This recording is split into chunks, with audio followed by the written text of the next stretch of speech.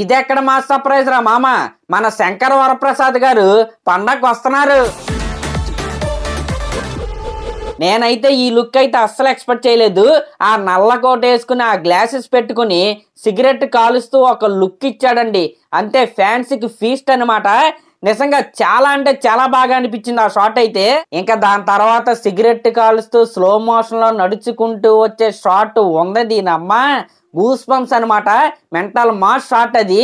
అంటే ఆ వాక్ లో శంకర్ దాదా ఎంబీబీఎస్ అలా వచ్చి అలా వెళ్ళాడా అనిపించినా సరే, చిరంజీవి గారిని అయితే చాలా కొత్తగా అయితే అనిల్ రావిపూడి గారు అయితే ప్రెజెంట్ చేశారని మనకి ఈ గ్లిమ్స్ చూస్తేనే అర్థం అవుతుంది. ఇంకా ఈ గ్లిమ్స్ లో చిరంజీవి గారి స్వాగ్ కావచ్చు, ఆ స్టైల్ కావచ్చు, భుజం పైన గన్ను పట్టుకుని నడిచి వస్తా ఉంటే నిజంగా చాలా రోజుల తర్వాత ఒక ఫ్రీ ఫ్లో మెగాస్టార్ గారిని చూసిన ఫీలింగ్ అయితే నాకైతే వచ్చింది.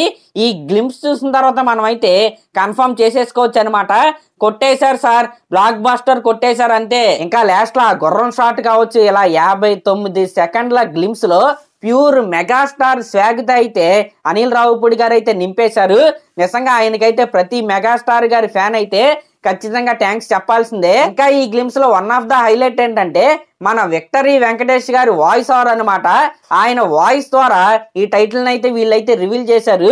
విక్టరీ వెంకటేష్ గారు కూడా ఈ సినిమాలో చిన్న క్యామియో రోల్ అయితే చేస్తున్నారు. ఇంకా బ్యాక్గ్రౌండ్ స్కోర్ నాకైతే డీసెంట్ గా అనిపించింది, not up to the mark అనమాట. ఈ విధంగా మన శంకర్ వరప్రసాద్ గారు పండక్కైతే వస్తున్నారు. ఈ సినిమాకి డైరెక్టర్ ఏమో మన అనిల్ రావిపూడి గారు, హీరోగా మన మెగాస్టార్ చిరంజీవి గారు, ఇంకా వెంకటేష్ గారి క్యామియో రోల్ కూడా ఉంది. ఇంక ఇక్కడే అర్థం అవుతుంది కదా పండక్కి ఏ రేంజ్ లో బాక్స్ ఆఫీస్ విధ్వంసం అనేది బాస్ క్రియేట్ చేస్తాడు. ఫుల్ పాజిటివ్ వైబ్స్ అనమాట. ఇంత పేరు పెట్టడానికి కూడా లేదు. నిజంగా నాకైతే చాలా అంటే చాలా బాగా నచ్చింది.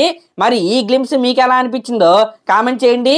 అలాగే మన ఛానల్ కనుక ఫస్ట్ టైం చూస్తున్నట్లయితే ఖచ్చితంగా సబ్స్క్రైబ్ చేసుకోండి. Thank you.